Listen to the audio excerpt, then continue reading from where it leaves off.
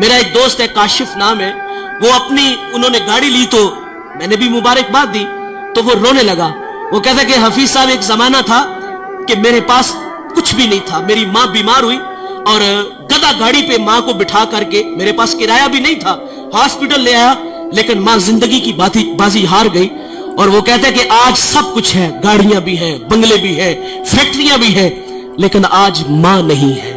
ये इंसानी फितरत है, जिसने खुशहाली देखी हो वो आरजू जरूर करता है कि काश कि आज मेरी माँ जिंदा होती। मैं 1997 में किबला रजा साकिब मुस्तफाई साहिब के पास तालीम हासिल करने के लिए आया, तो मेरी वालिदा ने मुझे बचपने में कहा कि बेटे मेरी आरजू है कि जिस तरह किबला हजरत मिंबर पे बैठ के लोगों को अल्लाह रसूल की बातें सुनाते हैं, मेरा बेटा भी लोगों को अल्लाह रसूल की बातें सुनाए। ये मेरा ख्वाब, मेरा सपना है और मैं ये देखना चाहती हूँ। लेकिन हुआ क्या कि 1999 में वो अल्लाह के पास चली गई।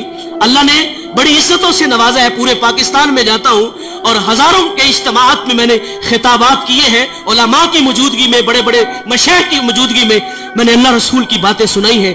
लेकिन कभी कभी आरज़ू मचलती है कि पर्दे की ओट में बैठ के इस बेटे से माँ अल्लाह रसूल की बातें सुने तो मेरा कद कितना बढ़ जाएगा। ये इंसानी फितरत है। वो आरज़ू करता है काश के आज मेरे माँ बाप जिंदा होते। मेरे नबी सल्लल्लाहु अलैहि वसल्लम फरमाते हैं जन्नत तुम्हारी माँ के कदमों तले है।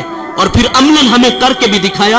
हुजूर मुसल्ले पे खड़े हैं, हुजूर ने पीछे पलट के सहाबा को देखा, छम छम आंखें बरसने लगी। माँ कब बिछड़ी थी? जब मेरे नबी की उम्र 6 साल थी। अबवा का टीला, ये एक छोटी सी बस्ती है जहां सैयदा आमिना रदी अल्लाह ताला अन्हा आके रुकती हैं।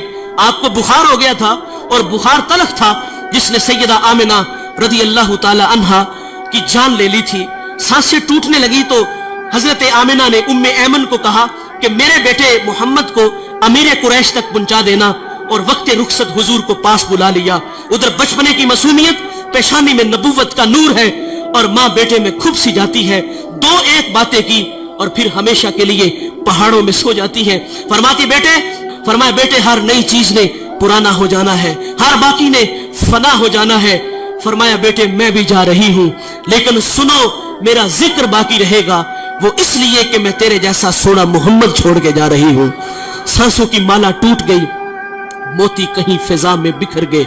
हुजूर माँ से लिपट गए और लिपट के अथरू बहाते हैं और फरमाते अम्मी आप क्यों नहीं बोलती, आप आंखें क्यों नहीं खोलती? हंसता चमन खामोश है, जाने वाले लौट कर कभी भी नहीं आते। लेकिन कुछ जाने वाले ऐसे होते हैं जो दिलों में धड़कन बन के रहते हैं, खुशबू होती है जो पास पास रहते हैं। हुजूर माँ से लिपट के माँ की जुदाई में रोते हैं, फिर अपने नन्हे नन्हे हाथों से काले पत्थरों की कब्र बनाते हैं, उसमें आंसुओं का छिड़काव करते हैं। जहां तक माँ नजर आती रही पलट पलट के उन काले पत्थरों वाली कब्र को देखते हैं। मैंने हुजूर की माँ की कब्र की 2 दफा जियारत की है। हम जब पहली दफा आपके मजार पे हाजिर हुए, ये मदीना से 350 किलोमीटर के फासले पर अबवा का टीला आता है। हम रात 1:45 बजे पहाड़ के नीचे थे तो माहौल बिल्कुल खामोश था, हवा का कहीं से कोई एक झोंका भी नहीं आया था। लेकिन जब सैयदा के कदमों में खड़े हुए तो यकीन जानो ऐसे लगता था कि अल्लाह ने जन्नत के 8 दरवाजे ही खोल दिए हो। जन्नत से ठंडी हवाएं आज भी सैयदा को सलाम करने आती है। हुजूर पलट पलट के उन काले पत्थरों वाली कब्र को देखते हैं और वापस लौट आते हैं। उम्मे ऐमन कहती मैं जब नीचे पहाड़ से उतरी तो पीछे पलट के देखा तो हुजूर मेरे साथ नहीं थे। फरमाती मैं दोबारा फिर पहाड़ पे चढ़ी और मेरी आंखें क्या देखती है, हुजूर माँ के सराहने खड़े हैं और वहां खड़े होकर कह रहे थे कि माँ जी आप तो जानते हो कि मेरा इस दुनिया में आपके सिवा कोई भी नहीं है। उम्मे ऐमन की भी जान निकल गई, हुजूर को सीने से लगा लिया। आका फरमाया करते थे उम्मे ऐमन मेरी माँ के बाद मेरी माँ लगती है। साहिब 6 साल की उम्र में माँ बिछड़ी थी, आज मुसल्ले पे खड़े हैं, ताहद्दे नजर असहाब हैं, छम छम आंखें बरस रही है। और फरमाया सहाबा काश के आज मैं मोहम्मद की माँ जिंदा होती, मैं तुम्हें नमाज़े इशा पढ़ा रहा होता, उसमें सूरत फातिहा की किरात भी कर चुका होता, फिर मेरी माँ को मुझसे कोई काम याद आ जाता। वो मस्जिद नबवी के दरवाजे पे आके कहती इब्नी मुहम्मद, मेरे बेटे मोहम्मद मेरी बात सुनो। हुजूर फरमाते नमाज तोड़ के पहले माँ की बात को सुनता। हुजूर ने अमलन हमें माँ की इज्जत करके बताया। तो साहिब इनकी कदर इनकी जिंदगी में करो। میں ایک جگہ خطاب کرنے گیا تو ایک بوڑھا میرے پاس آ کے بیٹھ گیا اور رونے لگے. مجھے کہتے مولوی صاحب منو ایک مسئلہ تے دسو جن نے ماں ویکھی نہ ہوئے او دا کی بنے گا.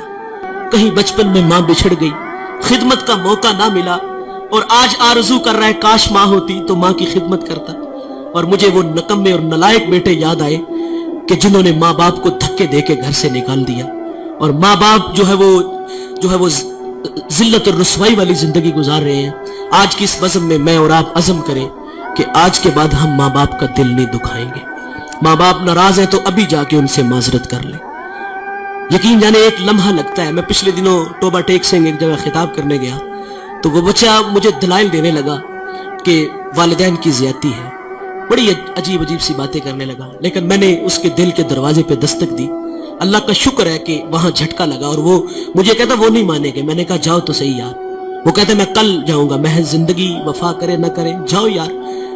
وہ 10 منٹ بعد واپس آیا. وہ کہتے یار یہ تو کائنات ہی عجیب سی ہے. میں بس جا کے ہاتھ باندھ کے کھڑا ہوا ہوں اور مجھے میرے باپ نے مجھے سینے سے لگا لیا. یہ بڑے کمال کے لوگ ہیں, ایک بار ملیں گے دوبارہ نہیں ملیں گے. اللہ تعالیٰ سے دعا ہے کہ اللہ ہمیں ان کی قدر کرنے کی توفیق عطا فرمائے.